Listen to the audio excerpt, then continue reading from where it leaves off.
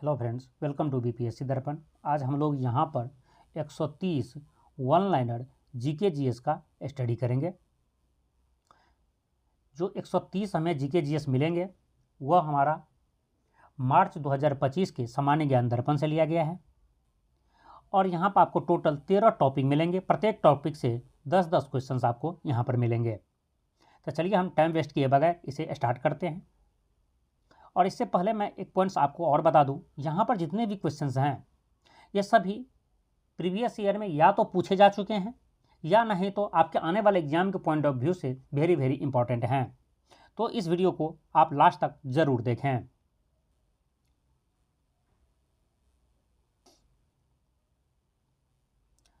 हमारा पहला टॉपिक है भारतीय इतिहास एवं संस्कृति। हड़प्पा सभ्यता में कौन सी नदी केंद्रीय भूमिका में थी? यह नदी थी सिंधु नदी। जैसे कि आप जानते भी हैं, हड़प्पा सभ्यता को सिंधु घाटी सभ्यता भी कहा जाता है, क्योंकि हड़प्पा सभ्यता की जितनी भी खुदाई हुई है, जितने भी साक्ष्य मिले हैं, वो सब के सब सिंधु नदी के ही आसपास मिले हैं। तो इसीलिए हड़प्पा सभ्यता को सिंधु घाटी सभ्यता भी कहा जाता है और इसकी पूरी ही केंद्रीय भूमिका, मतलब जो भी हड़प्पा सभ्यता के जितनी भी साक्ष्य हैं, जो भी स्टोरी हैं, वो सभी सिंधु नदी के ही इर्द गिर्द घूम रहे हैं, उसी के किनारों पर मिले हैं। ऋग्वेद के तीसरे मंडल में किसका उल्लेख है? ऋग्वेद के तीसरे मंडल में गायत्री मंत्र का उल्लेख है और यह भी कई बार एग्जाम में पूछा जा चुका है। कलिंग युद्ध के बाद किस मौर्य सम्राट ने बौद्ध धर्म अपनाया? तो वह मौर्य सम्राट थे सम्राट अशोक।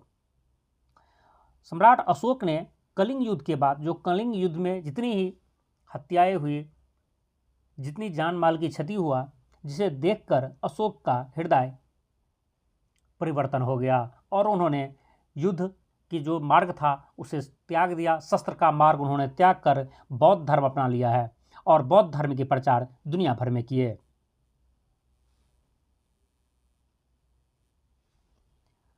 कौन सा प्राचीन भारतीय ग्रंथ यजुर्वेद से जुड़ा है? यह है चरक संहिता। चरक संहिता जो है यजुर्वेद से जुड़ा हुआ है। नवपाषाण काल के दौरान औजार बनाने के लिए इस्तेमाल की जाने वाली प्राथमिक सामग्री क्या थी? यह सामग्री थी पत्थर। दिल्ली सल्तनत या गुलाम वंश का पहला सुल्तान कौन था? तो वह था कुतुबुद्दीन ऐबक। याद रखिए, यह दोनों ही क्वेश्चंस अलग अलग एग्जाम में अलग अलग टाइप से पूछे जाते हैं। यदि आपको पूछ दिया जाए दिल्ली सल्तनत का पहला सुल्तान कौन सा, तब भी कुतुबुद्दीन ऐबक, या सीधा क्वेश्चन पूछ दे गुलाम वंश का पहला सुल्तान कौन था, तो यह था कुतुबुद्दीन ऐबक। इसे गुलाम वंश का संस्थापक इसलिए कहा जाता है, कुतुबुद्दीन ऐबक एक गुलाम था। और दिल्ली में जो कुतुब मीनार है उसका जो बनाना स्टार्ट किया गया था, उसका जो नींव रखने वाले थे यह थे कुतुबुद्दीन ऐबक। कुतुबुद्दीन ऐबक ने ही दिल्ली का कुतुब मीनार का बनाना स्टार्ट करवाया था, जबकि उसे पूरा इल्तुतमिश ने करवाया था। उन्होंने आधे करवा चुका था, उसके बाद उसका मृत्यु हो जाते हैं।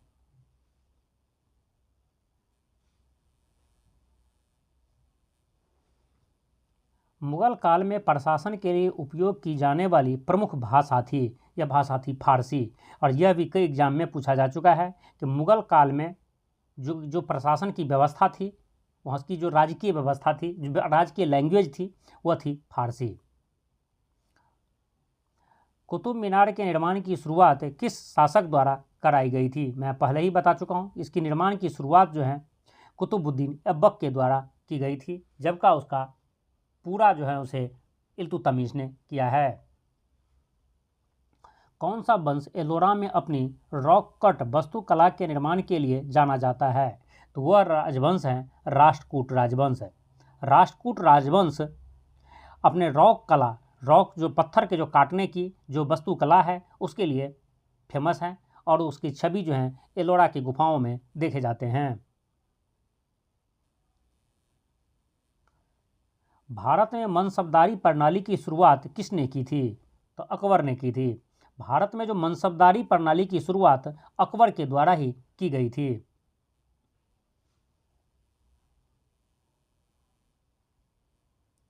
नेक्स्ट टॉपिक हमारा है राष्ट्रीय स्वतंत्रता आंदोलन।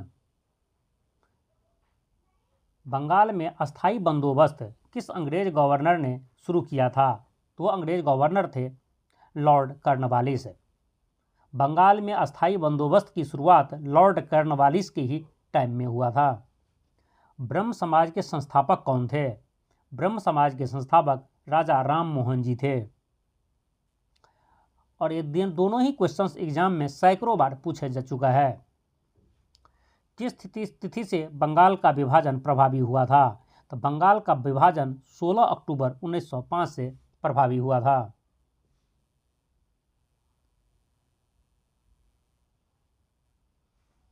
कानपुर में 1857 के विद्रोह का नेतृत्व किसने किया? तो नाना साहब ने किया था।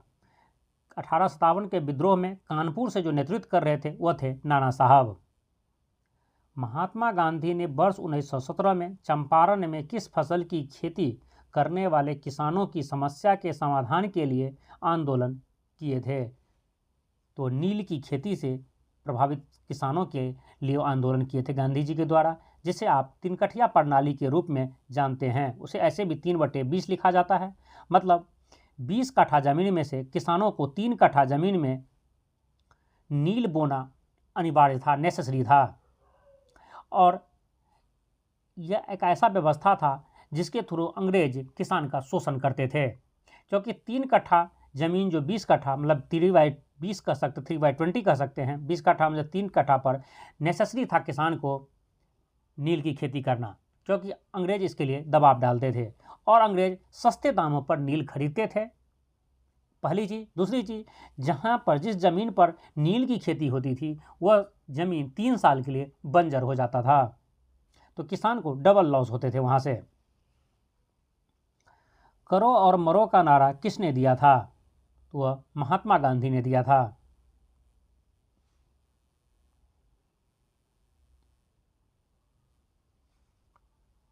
असहयोग आंदोलन के लिए कांग्रेस के किस अधिवेशन में प्रस्ताव पास हुआ था?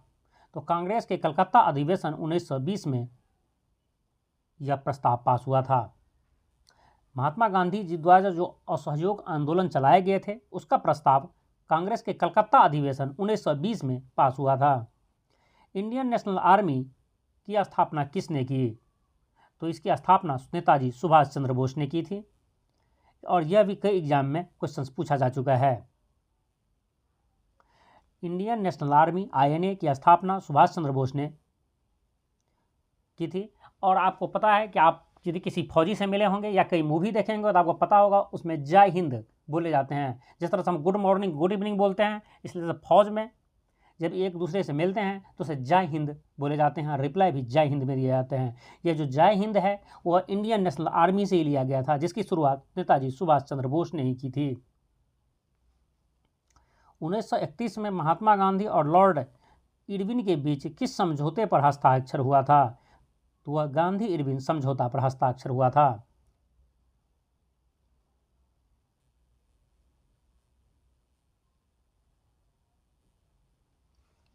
भारतीय राष्ट्रीय कांग्रेस के किस अधिवेशन में पूर्ण स्वराज की घोषणा की गई? तो लाहौर अधिवेशन 1929 में। भारतीय राष्ट्रीय कांग्रेस की लाहौर अधिवेशन जो 1929 में हुआ था, इसमें पूर्ण स्वराज की घोषणा की गई थी। और इसके बाद ही 26 जनवरी 1930 को स्वतंत्रता दिवस के रूप में मनाया गया था, जिसकी वजह से ही आपको पता है कि हमारा संविधान भी 26 जनवरी को लागू हुआ था। इसी लाहौर अधिवेशन 1929 में यह निर्णय लिया गया था कि हम लोग प्रत्येक वर्ष 26 जनवरी को स्वतंत्रता दिवस मनाएंगे, और पहला स्वतंत्रता दिवस जो 26 जनवरी 1930 को ही मनाया गया था।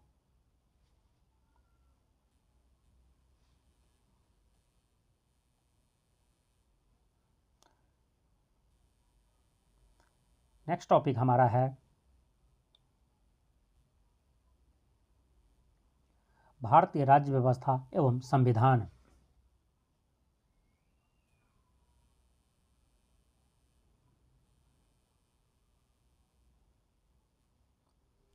संविधान का कौन सा अनुच्छेद भारत को धर्मनिरपेक्ष राज्य घोषित करता है? तो यह अनुच्छेद 25 है। अनुच्छेद 25 के द्वारा ही भारत को धर्मनिरपेक्ष राज्य घोषित किया जाता है। किस अनुच्छेद के तहत समानता के अधिकार की गारंटी दी गई है? अनुच्छेद 14 के तहत समानता के अधिकार की गारंटी दी गई है? किस अनुच्छेद में अस्पृश्यता छुआछूत के उन्मूलन संबंधी प्रस्ताव है? तो यह अनुच्छेद 17 में है।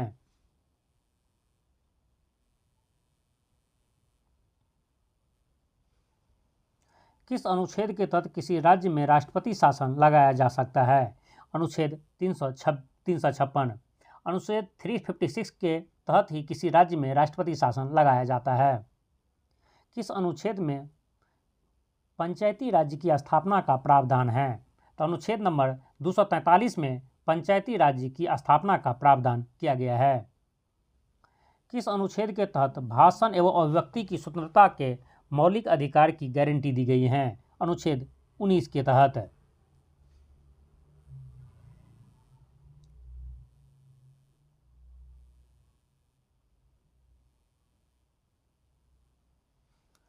कौन सा अनुच्छेद समान नागरिक संहिता से संबंधित है? यह है अनुच्छेद 44।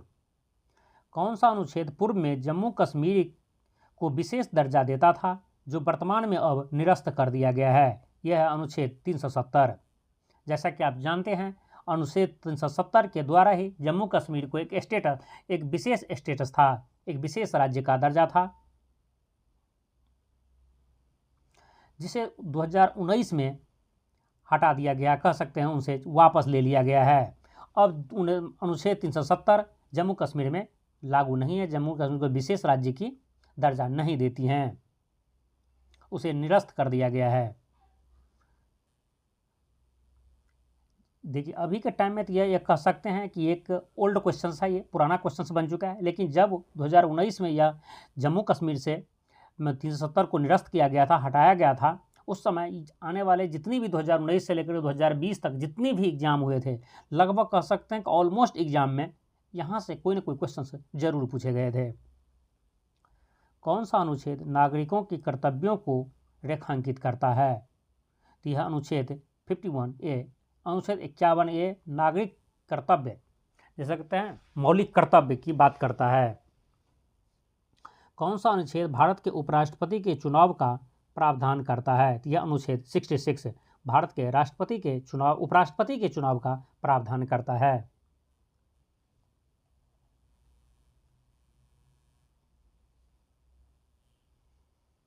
नेक्स्ट टॉपिक हमारा है पर्यावरण एवं जैव विविधता। भारत में स्थापित पहला राष्ट्रीय उद्यान कौन सा है? तो यह है जिम कॉर्बेट। जिम कॉर्बेट जो उत्तराखंड में है, यह भारत का पहला राष्ट्रीय उद्यान है। वन्यजीव संरक्षण अधिनियम किस वर्ष लागू किया गया था? तो यह 1972 में लागू किया गया था। वन्यजीव संरक्षण अधिनियम 1972 में लागू किया गया था और पहला राष्ट्रीय उद्यान जिम कॉर्बेट है। ये दोनों ही क्वेश्चंस कई बार एग्जाम में पूछा जा चुका है। यदि आप railway, SSC, PCS, state PCS की यदि आप बुक खोलें तो आपको ऑलमोस्ट हर एग्जाम में आपको इस टाइप के क्वेश्चंस मिल जाएंगे, और खास करके ये दोनों क्वेश्चन।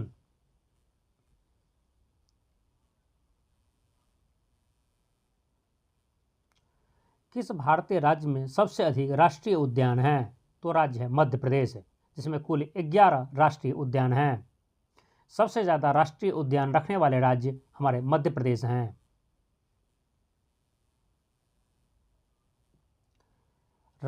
किस अंतर्राष्ट्रीय संधि का उद्देश्य आर्द्रभूमि की रक्षा करना है? तो वह है रामसर संधि। रामसर संधि का उद्देश्य है आर्द्रभूमि की रक्षा करना। भारत में वर्तमान में 89 रामसर स्थल हैं। उनमें सबसे ज़्यादा तमिलनाडु में है और सेकेंड जो सबसे ज़्यादा है वो उत्तर प्रदेश में है। और आपको कमेंट्स करके बताना है कि तमिलनाडु में टोटल कितने हैं। मैं आपको बताता हूँ कि उत्तर प्रदेश जो सेकेंड सबसे ज़्यादा रामसर स्थल रखने वाले राज्य हैं, जिसमें 10 रामसर स्थल हैं। टोटल 89, जैसा कि मैं आपको बता चुका हूँ, रामसर स्थल है हमारे देश में प्रेजेंट वर्तमान में, और सबसे ज़्यादा जो है तमिलनाडु में है। आप मुझे कमेंट्स करके बताएंगे कि तमिलनाडु में टोटल कितने रामसर स्थल हैं।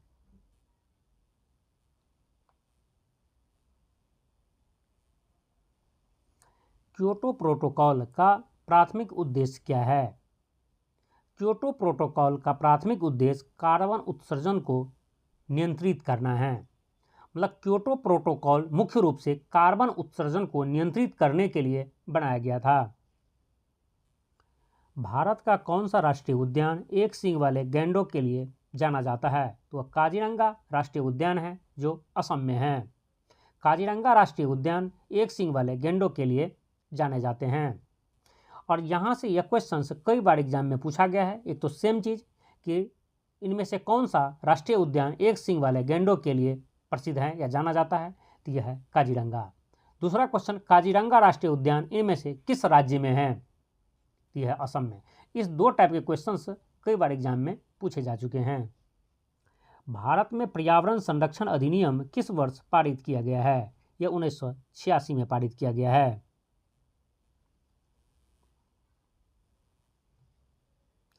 कौन सा शिखर सम्मेलन एजेंडा 21 को अपनाने से जुड़ा है? तो वह है पृथ्वी शिखर सम्मेलन।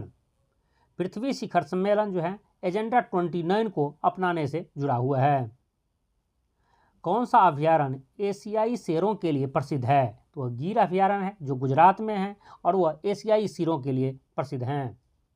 पर्यावरण दिवस मनाया जाता है, यह 5 जून को प्रत्येक साल मनाया जाता है। 5 जून को पर्यावरण दिवस के रूप में, विश्व पर्यावरण दिवस के रूप में मनाया जाता है।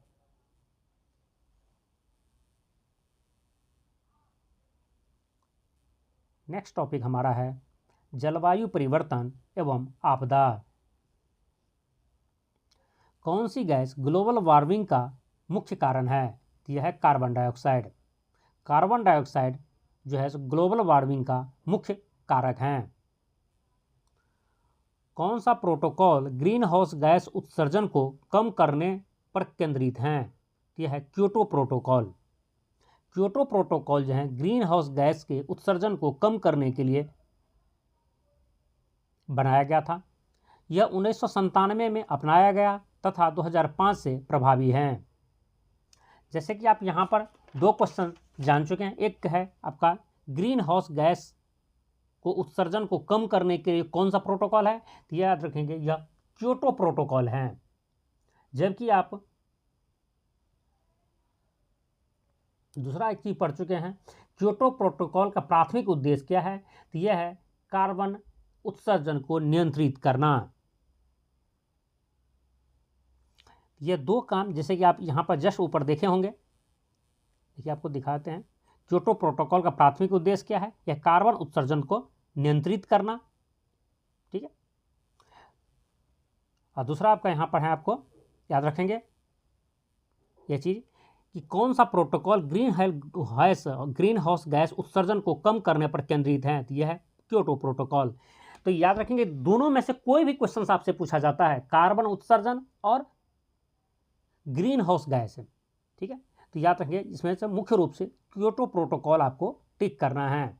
आंख बंद करके आप उसे भी टिक कर देंगे तो 50-50 चांस है और के प्रोटोकॉल है तो आपका यह आंसर सही हो जाएगा। कि मुख्य रूप से यही दोनों ही क्वेश्चंस बार बार एग्जाम में दिए जाते हैं। अम्लीय वर्षा के मुख्य प्रदूषक कौन से हैं? तो यह है सल्फर डाइऑक्साइड और नाइट्रस ऑक्साइड। इन्हीं दोनों की वजह से अम्लीय वर्षा होती है। अम्लीय वर्षा के मुख्य कारक ये दोनों हैं।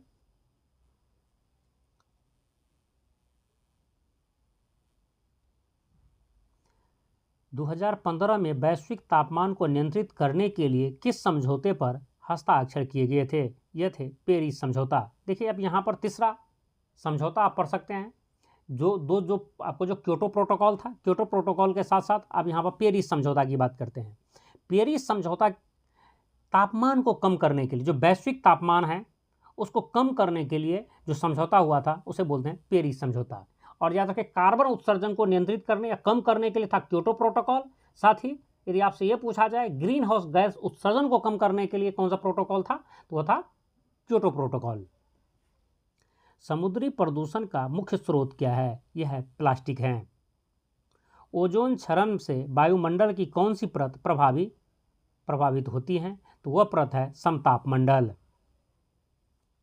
कौन सा प्रदूषक स्मॉग निर्माण से सबसे अधिक जुड़ा हुआ है? तो यह प्रदूषक है नाइट्रोजन ऑक्साइड, सल्फर ऑक्साइड और अन्य कार्बनिक यौगिक।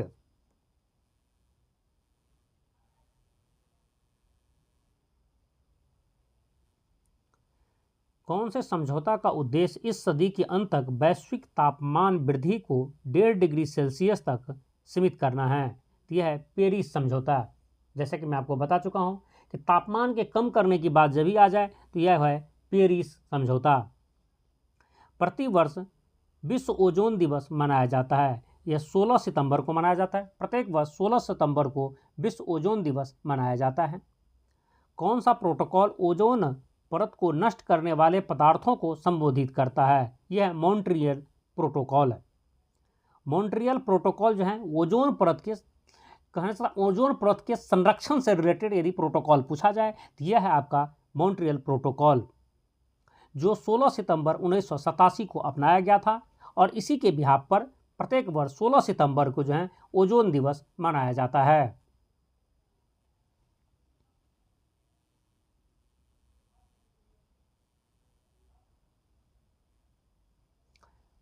नेक्स्ट टॉपिक हमारा है भारत एवं विश्व का भूगोल। कौन सा देश भारत के साथ सबसे लंबी सीमा साझा करता है? तो वह देश है बांग्लादेश। और यदि एग्जाम में पूछा जाए सबसे छोटी सीमा कौन सा देश भारत के साथ साझा करता है तो वह देश है अफगानिस्तान।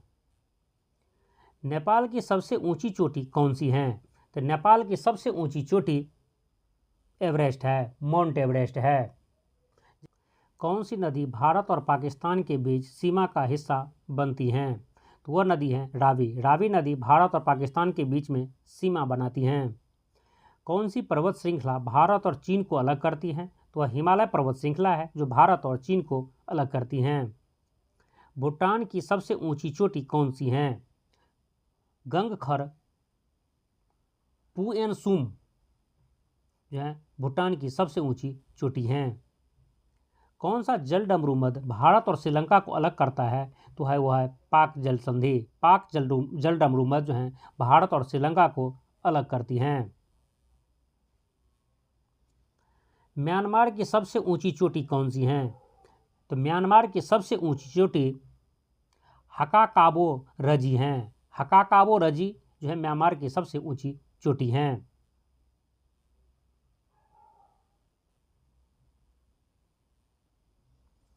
कौन सी रेखा भारत और अफगानिस्तान के बीच सीमा निर्धारित करती हैं?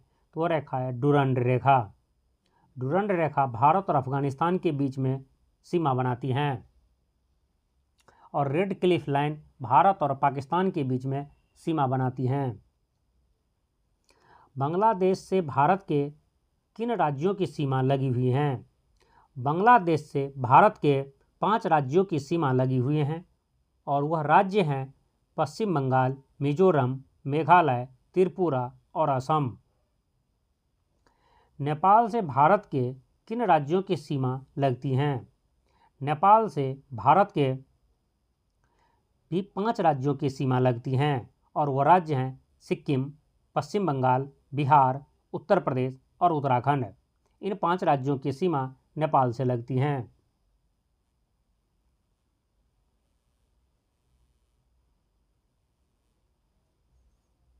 नेक्स्ट टॉपिक हमारा है भारतीय अर्थव्यवस्था। वर्तमान में भारत की जीडीपी की गणना किस आधार पर की जाती हैं? या कह सकते हैं वर्तमान में भारत की जीडीपी की गणना के लिए जो आधार वर्ष है वह क्या है? तो वह है 2011-12। वर्तमान में जो भारत की जीडीपी की गणना की जाती है उसके लिए आधार वर्ष हैं 2011-12, जिसकी शुरुआत हुई थी 2015 से। मतलब 2015 से जो भारत की जीडीपी की गणना हो रही है उसमें आधार वर्ष 11-12 को माना जाता है। लेकिन यह क्वेश्चन इसलिए इम्पोर्टेंट बन जाता है कि 2026 से यह आधार वर्ष चेंज होने वाला है। नेक्स्ट ईयर 2026 से जो आधार वर्ष भारत सरकार के द्वारा अपनाया जाएगा जीडीपी की गणना के लिए वो होगा 2022-23। याद रखेंगे 2026 से 2022-23 हमारा आधार वर्ष होगा। जबकि अभी तक जो हमारा आधार वर्ष है जीडीपी की गणना के लिए वह है 2011-12, और 11-12 की जो स्टार्टिंग हुई थी आधार वर्ष के रूप में वो हुई थी 2015 से। अब 26 से होगा 2022-23। भारतीय मुद्रा जारी करने के लिए कौन सी संस्थान जिम्मेदार है? वह जिम्मेदार है reserve bank of India, RBI, भारतीय रिजर्व बैंक। और यहाँ पर आपको कमेंट्स करके बताना है आरबीआई के वर्तमान गवर्नर कौन हैं।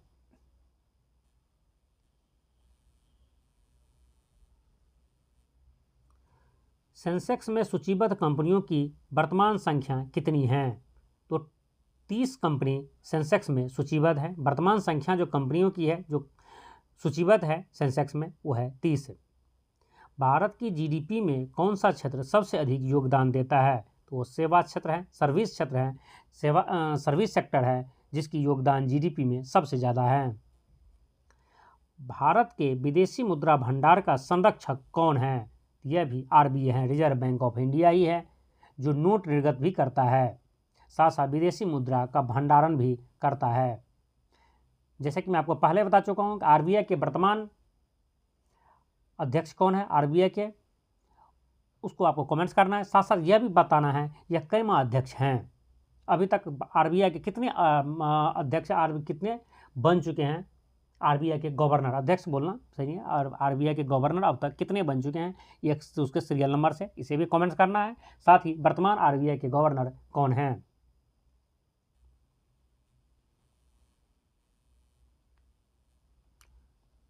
बैंकिंग में सीआरआर का पूर्ण रूप क्या है? सीआरआर का पूर्ण रूप है कैश रिजर्व रेशियो, मतलब नगद आरक्षित अनुपात।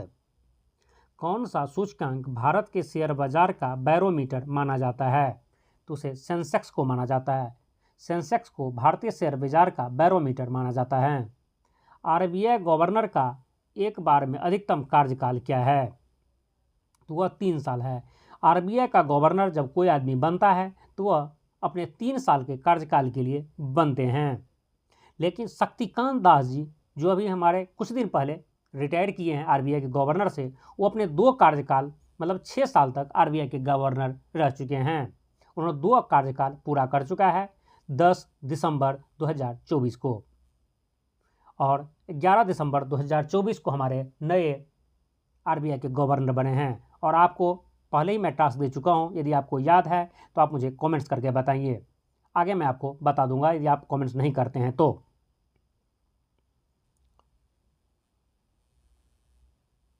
नेक्स्ट है, भारत में सबसे बड़ा सार्वजनिक क्षेत्र का बैंक कौन है? तो वह एसबीआई है, state bank of India. GDP का पूरा नाम क्या है? मतलब जीडीपी का फुल फॉर्म क्या है? जीडीपी का फुल फॉर्म है ग्रॉस डोमेस्टिक प्रोडक्ट, सकल घरेलू उत्पाद। जैसे कि मैं आप लोगों को कमेंट्स करने के लिए बताया था कि आप मुझे बताएं कि आरबीआई के वर्तमान गवर्नर कौन हैं। तो आप लोग जिसको पता था वो कमेंट्स कर चुके हैं। यदि जिसे नहीं पता है तो मैं आपको बता दूं, संजय मल्होत्रा जी आरबीआई के वर्तमान गवर्नर हैं, और यह आरबीआई के 27वें गवर्नर हैं। 26वें गवर्नर थे हमारे शक्तिकांत दास जी, जिन्होंने 10 दिसंबर को रिटायर हो चुके हैं। अपने 2 कार्यकाल मतलब 6 साल का टर्नओवर पूरा कर चुके हैं 10 तारीख को, 10 दिसंबर को। और 11 दिसंबर को जो हैं संजय मल्होत्रा जी आरबीआई के 27वें गवर्नर बन चुके हैं। और मैं आपको एक्स्ट्रा इन्फॉर्मेशन कर सकते हैं तो मैं आपको बता दूं कि आप लोगों के पास हो सकता है कि आप लोग 2 या 4 आरबीआई के गवर्नर के नोट देखे होंगे, आरबीआई गवर्नर के साइन किए हुए नोट देखे होंगे, बट मेरे पास अभी तक में 27 में से 17 गवर्नर के साइन किए हुए नोट है। शायद आप कह सकते हैं कि मुझे इस चीज़ का शौक़ है, हॉबी है, जिस पर मैं कलेक्ट करता हूँ इस टाइप की नोट। तो मेरे पास आपको 17 गवर्नर के साइन किए हुए नोट वर्तमान में हैं। और अभी तक संजय मल्होत्रा जी जो 11 दिसंबर 2024 को आरबीआई गवर्नर बने हैं, उनके नोट अभी तक मेरे पास नहीं आए हैं। यदि वो आ जाते हैं तो आप समझ सकते हैं मेरे पास टोटल 18 गवर्नर के साइन किए हुए नोट मिल जाएंगे 27 में से। जबकि आपको पता है कि आरबीआई 1935 से ही कार्य कर रही है।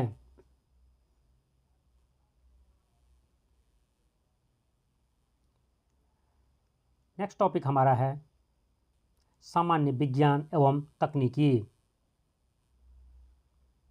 विद्युत धारा की इकाई क्या है? विद्युत धारा की इकाई एम्पियर है।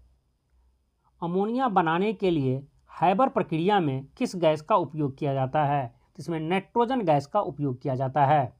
हैबर विधि से जब अमोनिया बनाया जाता है तो उसमें नाइट्रोजन गैस का उपयोग किया जाता है। जीवन की मूल संरचनात्मक और कार्यात्मक इकाई क्या है? यह कोशिका है, सेल है। जीवन की जो मूल संरचनात्मक और कार्यात्मक जो इकाई है वह है सेल, कोशिका।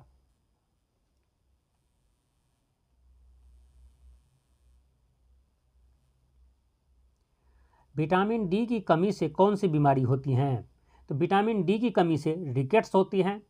जनरली वह बच्चों में होती हैं। पानी की रासायनिक सूत्र क्या है? पानी का जो केमिकल फॉर्मूला है वह H2O है। मानव शरीर में रक्त को छानने के लिए कौन सा अंग जिम्मेदार है? मानव शरीर में रक्त को छानने के लिए किडनी जिम्मेदार हैं। निर्वात में प्रकाश की गति क्या है? निर्वात में प्रकाश की गति 3 लाख किलोमीटर पर सेकेंड है। तो इसे आप इस तरह से भी लिख सकते हैं 3 × 10⁸ मीटर पर सेकेंड। ठीक है, तो जैसे भी हो याद रखिए आप 3 लाख किलोमीटर पर सेकेंड हैं। और याद रखें कि इस टाइप से आपको कभी एग्जाम में कन्फ्यूजन करने के लिए 3 × 10⁸ मीटर प्रति सेकेंड या यहीं पर मीटर की जगह 3 × 10⁸ किलोमीटर पर सेकेंड लिख देंगे। तो याद रखें कि इसको मीटर और किलोमीटर में आपको डिफरेंस करना आना चाहिए। ठीक है, नहीं तो फिर ये क्वेश्चंस जनरली इस टाइप से जब ऑप्शन देते हैं तो मीटर और के जगह पर मीटर और किलोमीटर दोनों ही लिखा जाता है स्टूडेंट्स को कंफ्यूज करने के लिए। यदि इस टाइप से है तो याद रखिएगा 3 × 10⁸ है तो मीटर पर सेकेंड होनी चाहिए। यदि यहाँ पर किलोमीटर है तो यह 8 के जगह पर आपको 8 के जगह पर आपको हो जाएगा कितना मीटर किलो, लगभग 10⁵ किलोमीटर पर सेकेंड है।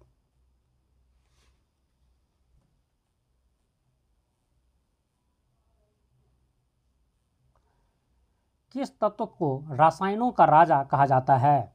यह सल्फ्यूरिक एसिड को रसायनों का राजा कहा जाता है।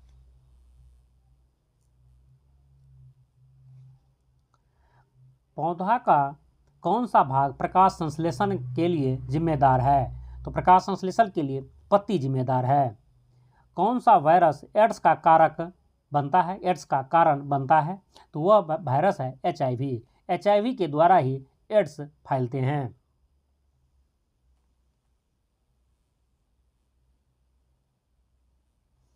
नेक्स्ट टॉपिक हमारा है कृषि, एग्रीकल्चर। कौन सी फसल भारत के गोल्डन फाइबर के रूप में जानी जाती हैं? यह फसल है जूट। जूट को भारत का गोल्डन फाइबर कहा जाता है। रबी मौसम में उगाई जाने वाली मुख्य फसल कौन सी हैं? यह है गेहूँ। रबी फसल जो कह सकते हैं मुख्य रबी फसल गेहूँ है। तो इस तरह से भी क्वेश्चन एग्जाम में पूछा जाएगा मुख्य रबी फसल कौन सा है? तो याद रखिए वो रबी है, गेहूँ है। भारत में चावल का सबसे बड़ा उत्पादक कौन सा राज्य है? तो राज्य पश्चिम बंगाल है। चावल का उत्पादन करने वाले जो सबसे बड़ा राज्य जो सर्वाधिक चावल उत्पादन करता है वो राज्य पश्चिम बंगाल है, वेस्ट बंगाल है। कौन सी बीमारी गेहूं की फसलों को प्रभावित करती है जिससे जंग जैसे धब्बे बनते हैं? यह रतुआ बीमारी। कपास की फसलों को प्रभावित करने वाला प्राथमिक कीट कौन सा है? यह है वॉलवर्म। भारत में गन्ने का सबसे बड़ा उत्पादक राज्य कौन है? भारत में गन्ने का सबसे बड़ा उत्पादक राज्य उत्तर प्रदेश है। कौन सी सूक्ष्म पोषक तत्व की कमी से चावल में खैरा रोग होता है? तो है जिंक। जिंक की कमी से चावल में खैरा रोग होता है।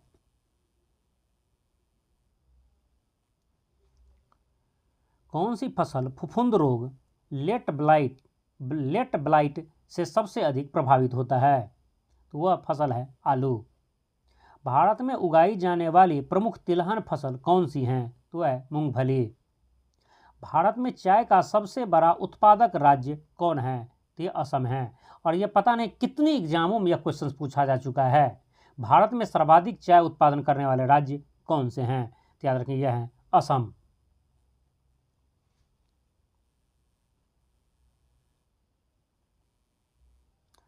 नेक्स्ट टॉपिक हमारा है खेलकूद गेम। कौन सा देश विंबलडन टूर्नामेंट की मेजबानी करता है?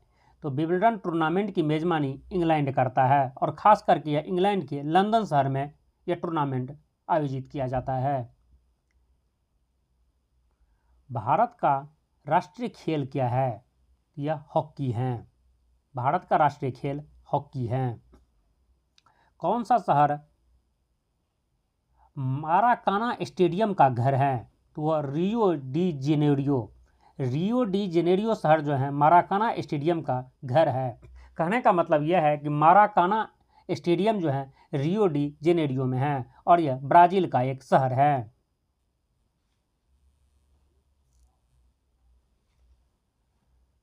किस देश ने 2022 में फीफा विश्व कप जीता? तो वह देश है अर्जेंटीना। 2022 का फीफा वर्ल्ड कप जीतने वाला देश अर्जेंटीना है। ईडन गार्डन क्रिकेट स्टेडियम कहाँ स्थित हैं? यह कोलकाता में है।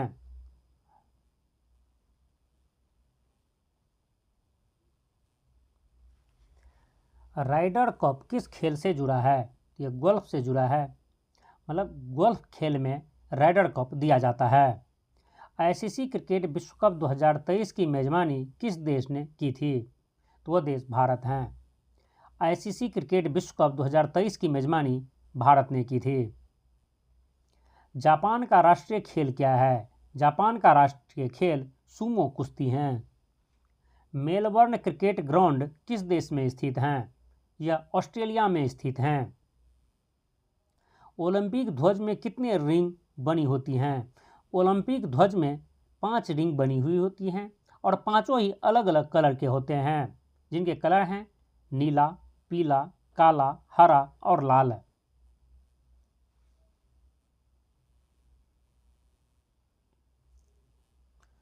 नेक्स्ट टॉपिक हमारा है कंप्यूटर ज्ञान।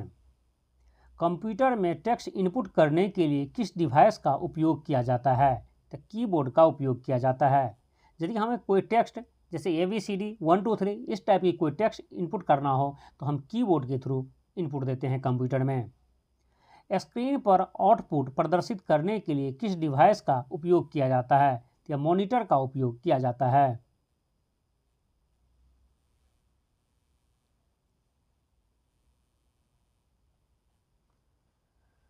विंडोज में टेक्स्ट कॉपी करने की शॉर्टकट कुंजी क्या है?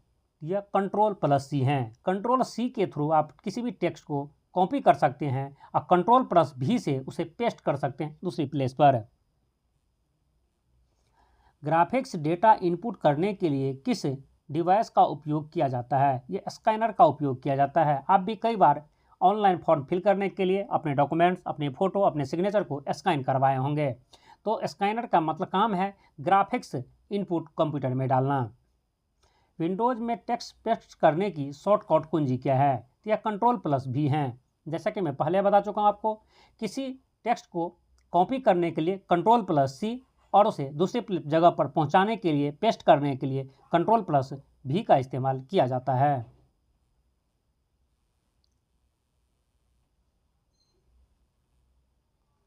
कौन सी डिवाइस डिजिटल सिग्नल को ध्वनि में परिवर्तित करती है? तो वह डिवाइस है स्पीकर। स्पीकर जो है एक डिजिटल सिग्नल को ध्वनि में परिवर्तित कर देती हैं। अधिकांश अनुप्रयोगों में अंतिम क्रिया को पूर्ववत करने की शॉर्टकट कुंजी क्या है? यह Ctrl+Z है। आप कई बार कंप्यूटर में अपना काम करते करते आपको लगता हो कुछ गलत एरर लिख दिया गया, कुछ एक्स्ट्रा लाइन लिख दिया गया, एक्स्ट्रा वर्ड लिख दिया गया है, तो Ctrl+Z से आप उससे पहले वाले लाइन पर पहुंच सकते हैं, या कह सकते हैं पहले वाले वर्ड पर पहुंच सकते हैं। पॉइंटिंग और क्लिकिंग के लिए किस डिवाइस का उपयोग किया जाता है? तो यह माउस का उपयोग किया जाता है। डॉक्यूमेंट को विंडोज में डॉक्यूमेंट सेव करने के लिए कौन सी शॉर्टकट कुंजी है? तो है Ctrl+S।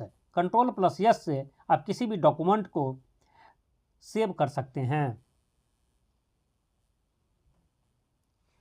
डॉक्यूमेंट की हार्ड कॉपी बनाने के लिए किस डिवाइस का उपयोग किया जाता है? तो उसे प्रिंटर का उपयोग किया जाता है। जो भी कंप्यूटर में आप डेटा फीड किए हैं, टाइप किए हैं, उसे आप प्रिंटर के थ्रू प्रिंट कर सकते हैं, हार्ड कॉपी ले सकते हैं।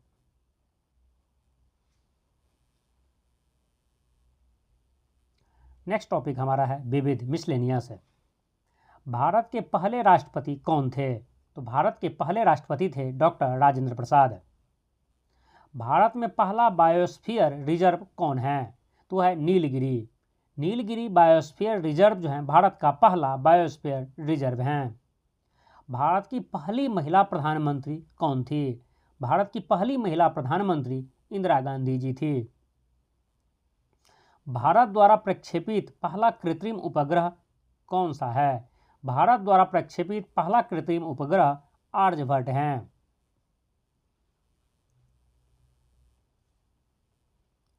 चंद्रमा पर उतरने वाला पहला अंतरिक्ष यान कौन सा है?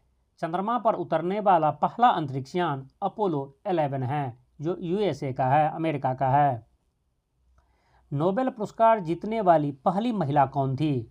नोबेल पुरस्कार जीतने वाली पहली महिला मैरी क्यूरी थी। आधुनिक ओलंपिक की मेजबानी करने वाला दुनिया का पहला शहर कौन सा है? यह शहर है एथेंस है। आधुनिक ओलंपिक की मेजबानी करने वाला दुनिया का पहला शहर एथेंस शहर है। ऑस्कर जीतने वाले पहले भारतीय कौन थे? ऑस्कर जीतने वाले पहले भारतीय थे भानु अथैया।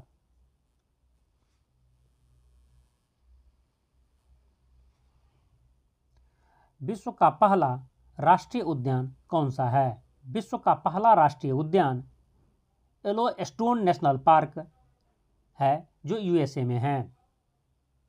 और यहाँ पर आप मुझे कमेंट्स करके बताएंगे कि मैं अपने पहले ही एक क्वेश्चन आपको बता चुका हूँ, भारत का पहला नेशनल पार्क कौन सा है, मैं बता चुका हूँ। यदि आपको याद है तो आप कमेंट्स करके बता सकते हैं, और आपको बताना भी चाहिए, क्योंकि मैं वह पहले ही इस क्वेश्चन पर डिस्कशन कर चुके हैं।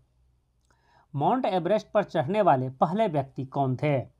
माउंट एवरेस्ट पर चढ़ने वाले पहले व्यक्ति एडमंड हिलेरी थे। एडमंड हिलेरी ही पहले व्यक्ति हैं जो माउंट एवरेस्ट पर चढ़ाई की थी। और इस तरह से हमारा यह 30 क्वेश्चन 130 क्वेश्चन का जो जीके जीएस का पार्ट्स था यह कंप्लीट हो चुका है, जहां पर हम लगभग 13 इम्पोर्टेंट टॉपिक पर स्टडी किए हैं। यदि यह वीडियो आपको यूजफुल लगा हो तो उसे लाइक कर दीजिए, अपने फ्रेंड्स को शेयर कर दीजिए, और आप इस चैनल पर नए हैं और इसी तरह के वीडियो देखना चाहते हैं तो आप हमारे इस चैनल को सब्सक्राइब कर लीजिए। जय हिंद।